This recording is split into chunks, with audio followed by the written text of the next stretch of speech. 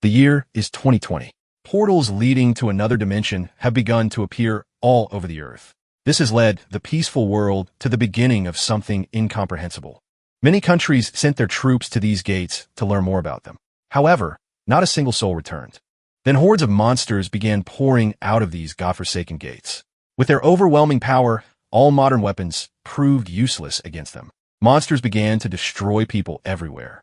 A nightmare reigned on Earth. However, certain patrons began to choose people, and those people gained amazing powers and abilities. These people were called hunters. With the hunters at the forefront, humanity began to fight back against the bloodthirsty monsters.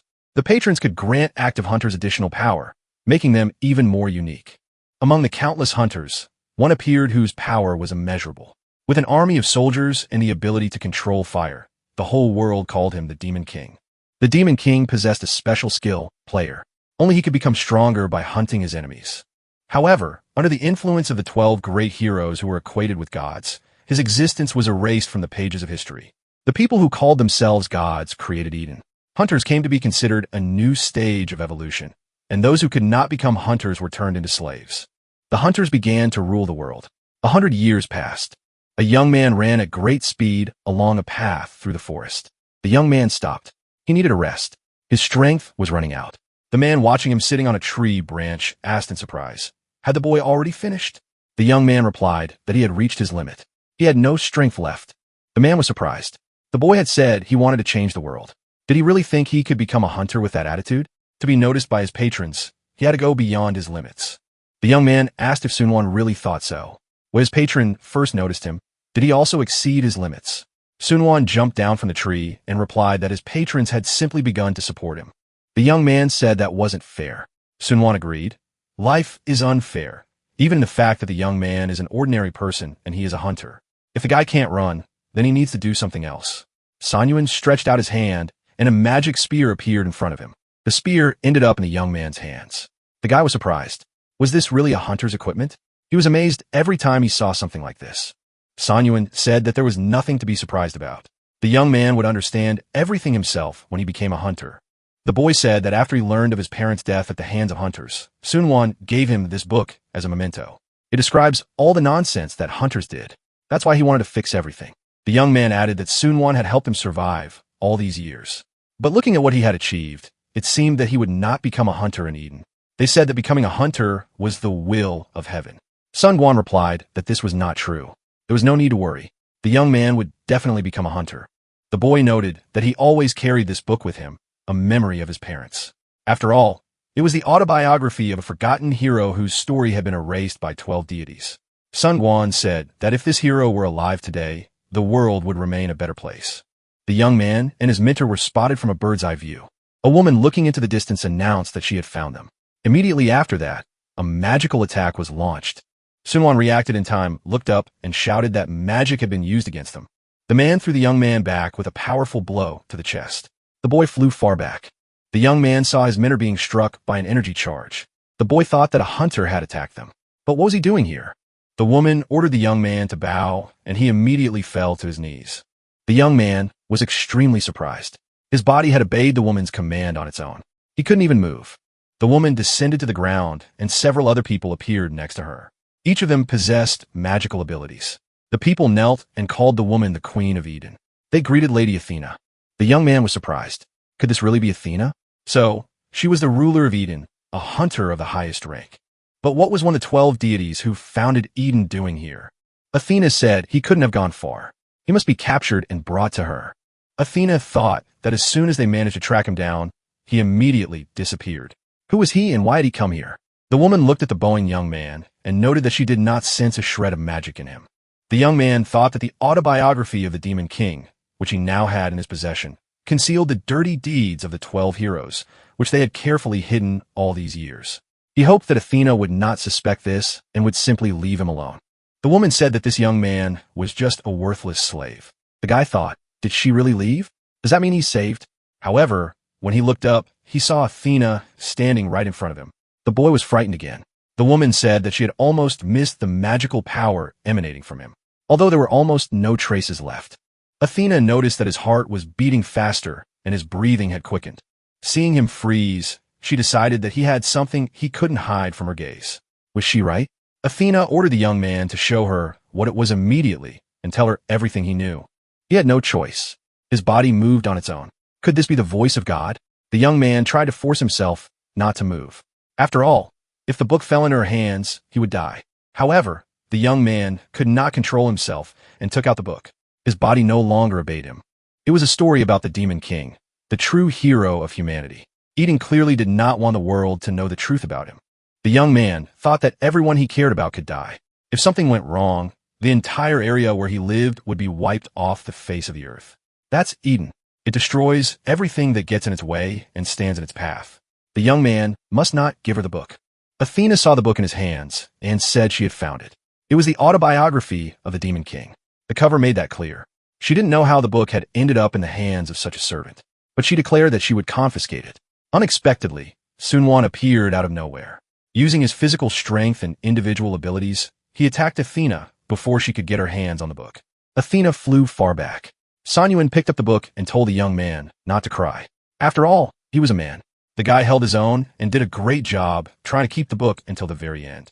With tears in his eyes, the young man asked his bald mentor who he really was.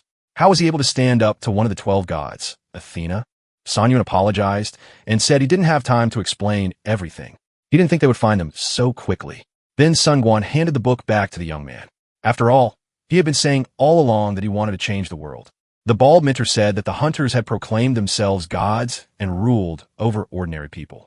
People as weak as the young man lived like pets, waiting for someone else to deal with them.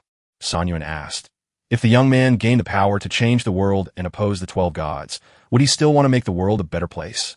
Athena came to her senses, activated her abilities, and swinging her sword, rushed at the bald man, shouting his name, Heimdall.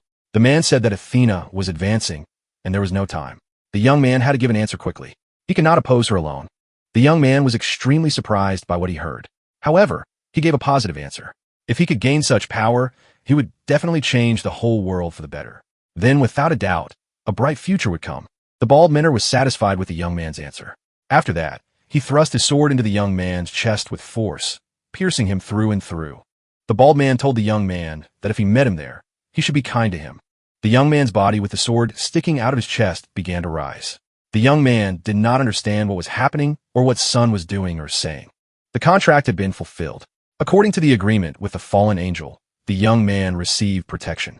His body became immaterial, and the young man could not recover from the feeling of how unreal everything that was happening was. After a while, the young man materialized again and became tangible. The young man couldn't understand what had happened. He was sure that he had been pierced through with a sword, but now there wasn't a scratch on him. His body felt different than before. He felt a power filling him and heard a voice informing him that he had received protection. The young man thought, had he become a hunter? But where was he now? The young man looked around. The magical energy he felt was coming from his own body. Was he inside the gate? The guy heard footsteps and hid behind a rock to avoid unnecessary trouble. He did so just in time because an armed goblin suddenly appeared. Now our hero was certain that he was inside the gates of the dungeon. The young man knew that goblins were the weakest monsters, but they were much more dangerous than they seemed at first glance. That is why they are also called newbie eaters due to their exceptional sense of smell, hearing, and insane hunting style. An encounter with them, for those who have just started their journey and have no information, is almost always equated with death. Hiding behind a rock, the boy hoped that the goblin would not notice him and simply walk away. However, the goblin sensed something was wrong and began to listen and sniff. After all, he was a natural-born hunter. The goblin sensed the young man's presence and began to slowly approach. Something had to be done urgently. Our hero grabbed a rock and wondered if what he had learned would work. Although he had no other choice, he could only hope that the skills he had learned while waiting for the day when he would become a hunter would help him. The goblin heard a stone fall behind him. The monster stopped, looked back, and began to search for the source of the sound. At that moment, the young man jumped out of his hiding place, grabbed the goblin's sword-wielding hand, and struck him on the head with his other hand. The monster's head flew to the side. The boy was amazed. With one move, he had defeated the goblin. The skill he had learned had worked. The young man thought that something was wrong with his strength. After all, he only wanted to scare the monster and knock the weapon out of his hand. Our hero, clutching his sword, wondered, had he really become a hunter? A message arrived saying that the fallen angel had set his sights on the young man. The boy realized that the fallen angel was the Demon King. Suddenly, out of nowhere, a pack of monsters appeared. They heard every sound and came running at the noise. The young man was surprised. Why were there so many monsters? What's more, behind them stood a monster, the goblin chief, the dungeon boss. Our hero thought that his end had come. He had just awakened as a hunter and was no match for the dungeon boss. The young man remembered the words of his bald mentor. He must not cry because he is a man. Even then, he held his ground and did a great job keeping the book with him. The mentor asked, if the young man gained the power to change the world, would he still strive to do so? At that time, the young man answered affirmatively. After all, if he could gain such power, he would definitely change this world. Remembering these words, our hero gripped his sword tighter with both hands and decided that he had no right to die here. He couldn't die until he changed the world. Moreover, the fallen angel had turned his gaze upon him, a chance that comes only once in a lifetime, and not to everyone. The fallen angel seemed to applaud the young man's fighting spirit. Our hero shouted loudly, swung his sword, and rushed to attack the armed goblin. Wielding his weapon, he tirelessly chopped down any goblins that came within reach. He did so selflessly, without fear or hesitation. One of the goblins proved to be particularly nimble. He approached at a dangerous distance and swung his club. However, this opponent was also destroyed. A message about a level up appeared. The young man remembered his training with the spear. His bald mentor had said that it was simply incredible. When he looked at this guy, he understood what a true genius should look like. Ordinary people have limits. But if a student receives patronage, he will become a hunter without equal. After a while, the armed, bloodthirsty goblins were finished off. Only our hero and one other survived. The young man thought that only the goblin leader remained. However, even if it was just a goblin, it was the boss, and it could not be underestimated. The rules say that to defeat the goblin leader, you must be at least a C-rank hunter. Otherwise, it's not even worth trying. The young man thought that he had just awakened, which meant that he was most likely an F rank. Could someone like him, who had only recently become a hunter, defeat such a monster? There was no choice, and the young man, spear in hand, decided to put everything into this strike. The fallen angel applauded the young man's decision. The fallen angel granted the young man power over fire. The spear was the weapon of the Demon King, and also the best weapon the young man possessed. Now our hero had the authority to use it. Our hero rushed to the monster boss, thrusting his fiery spear forward. The young man pierced the monster with his spear. The blow was so powerful that it went right through, leaving a huge hole in the monster's body. The young man couldn't believe it. Had he really done it? Information came in that the hunter had leveled up. However, the spear's durability had dropped to 0. The young man was also wounded and his strength was leaving him. At that moment, that was all he was capable of. The protagonist lost consciousness and collapsed to the ground, bleeding profusely. After a while, hunters appeared in the dungeon. They were extremely surprised. Who could have destroyed all these monsters? Even a monster boss had been defeated. One of the hunters noticed the bleeding young man and shouted that there was a survivor here, although he was seriously injured. The protagonist woke up in the hospital. He was recovering from a serious injury. Various medical devices were connected to his body, monitoring his vital signs. The young man opened his eyes and realized that it was not a dream. Athena appeared out of nowhere and almost took the autobiography of the Demon King from him. After being pierced by Sunwon, he woke up inside the gate. Because of the goblin leader he encountered, the young man almost died. However, he survived thanks to the power of fire given to him by the fallen angel. Then he lost consciousness, having received many serious injuries. Could it be that the hunters who entered the gates saved him? A nurse entered the room and said that the young man should not move.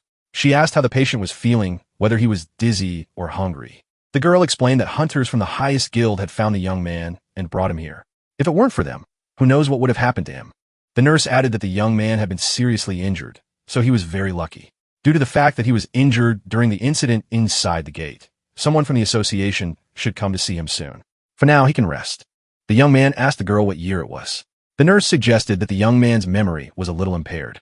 He was probably still dizzy. The hospital employee said that it was now the year 2022. Our hero was shocked by this information. After all, that was 100 years before he was born. But how is that possible? The gates began to appear in the year 2020. And in 2022, many hunters began to make a name for themselves. It was the age of heroes. The bald mentor Sunwon said that hunters proclaimed themselves gods and ruled over ordinary people. Those who were as weak as the young man, like domestic animals, were just waiting for someone else to decide their fate. Our hero thought that unlike his time, where one had to become the chosen Eden to gain power, this was an era when hunters received patronage directly. The young man realized that he too had been given such a chance. The protagonist got out of bed and told the nurse that he felt fine.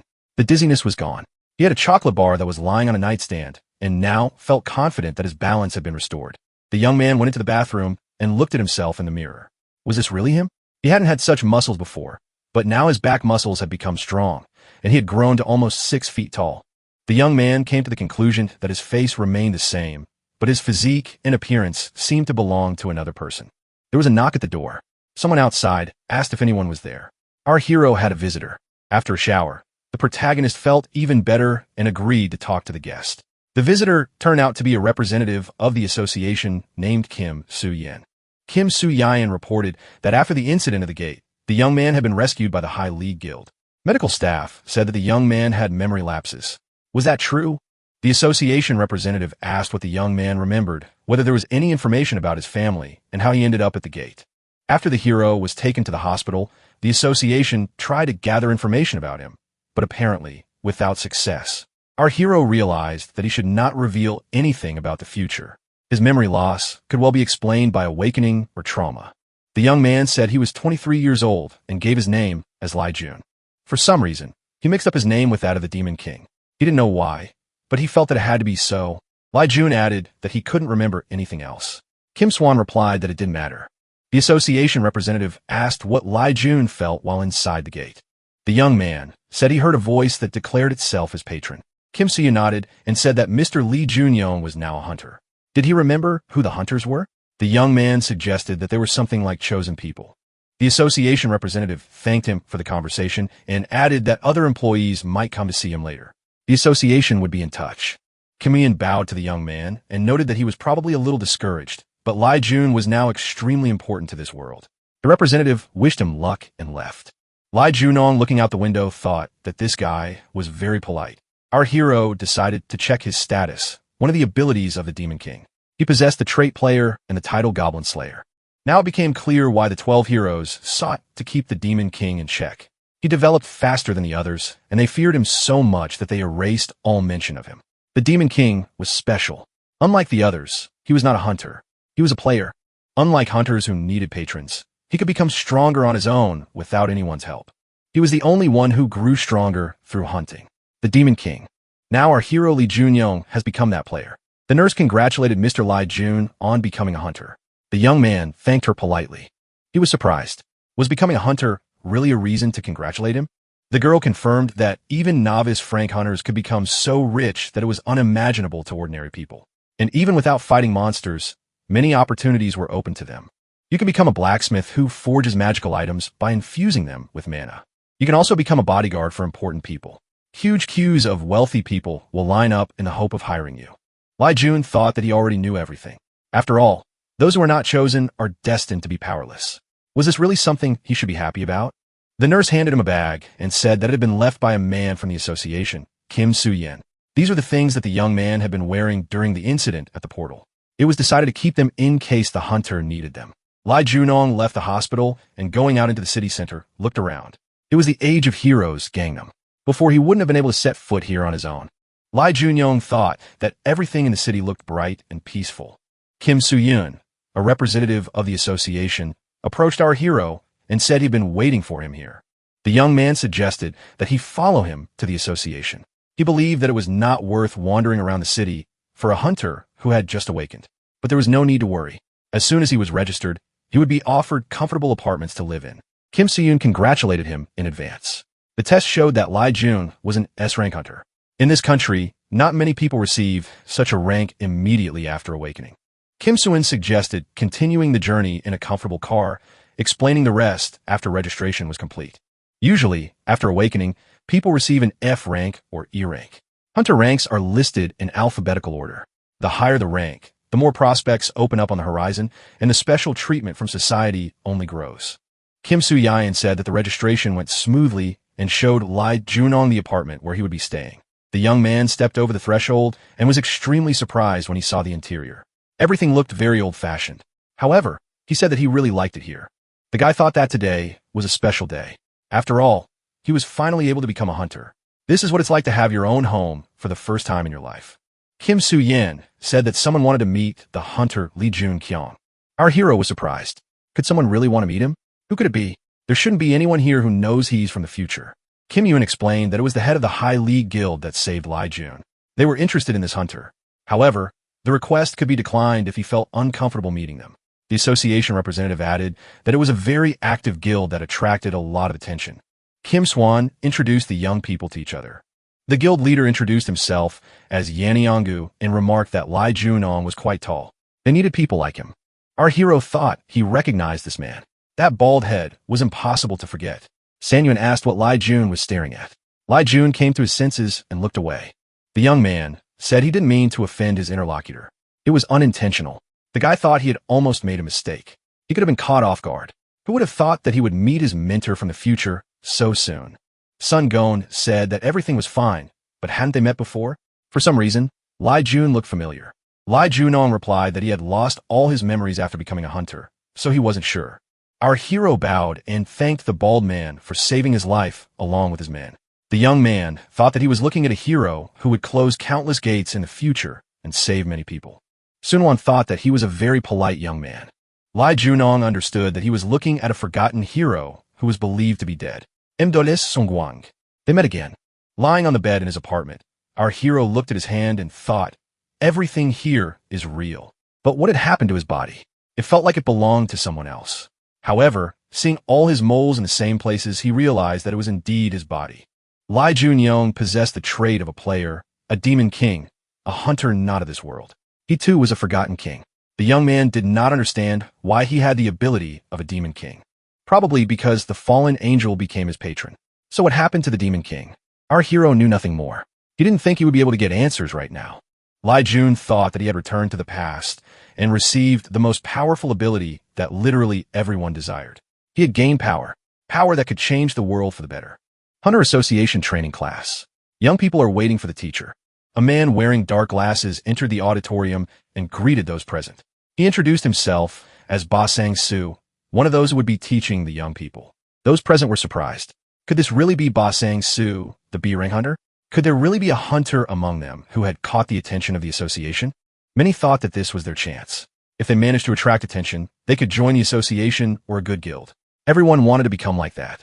Ba Sang-soo said that there would be a seminar on hunters today. After that, as soon as the students chose their weapons, they would undergo a combat test. However, there was no need to be nervous. Did everyone present know how the awakening of hunters took place? One of the young men suggested that one must be chosen by a supernatural patron. Baek Sang-soo confirmed this. The strength of hunters is determined immediately after awakening.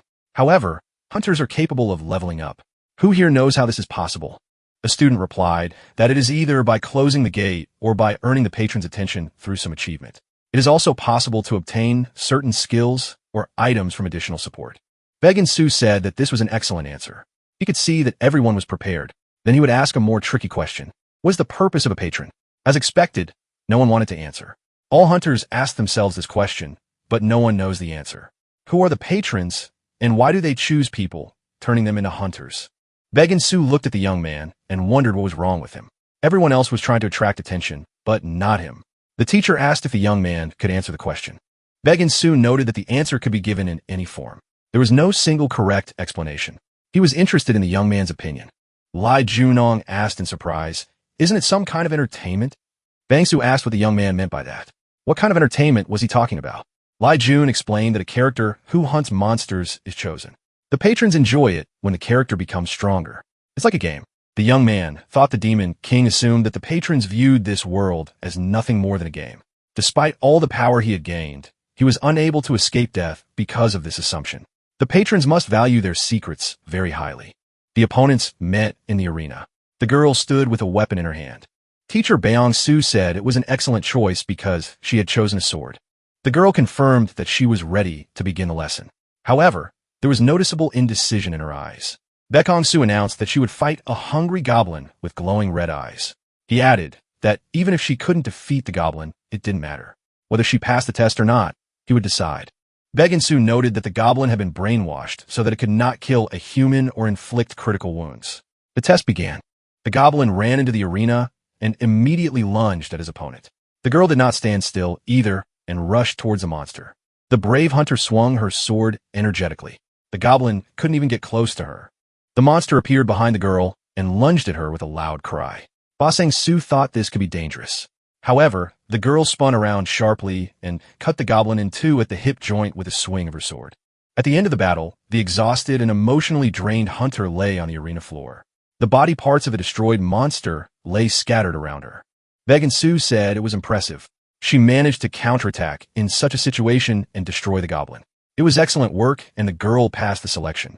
Then the last contestant was invited. Lee Jun-young entered the arena. He had a spear and a shield in his hands. Baek-in-su thought that the combination of a spear and a shield looked rather strange. Our hero understood that he would only be able to attend the graduation courses if he passed this test. If he proved himself now, he would receive many benefits. The mentor announced that the final test was about to begin. Unfortunately, however, all the goblins had already been destroyed, so the test would be conducted with a different monster. Since the opponent had changed, the rules would also change. The young man did not need to kill it. It would be enough to get the mentor's approval to pass.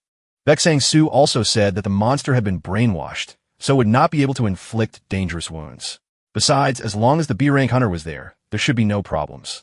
Lee Jun suggested that the enemy would be a kobold, as it is similar in strength to a goblin.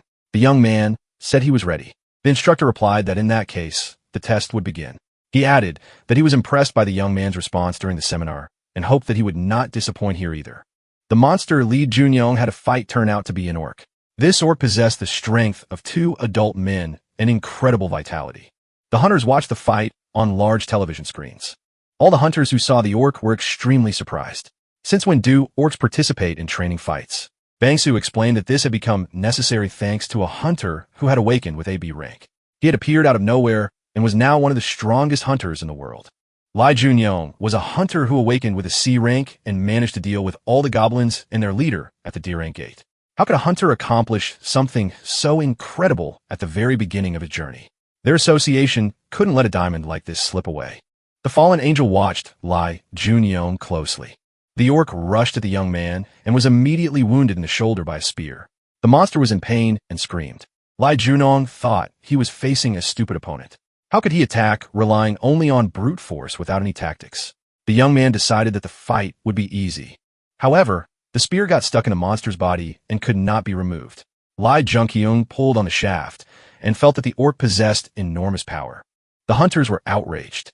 Wasn't this too dangerous? The instructor should stop the fight immediately.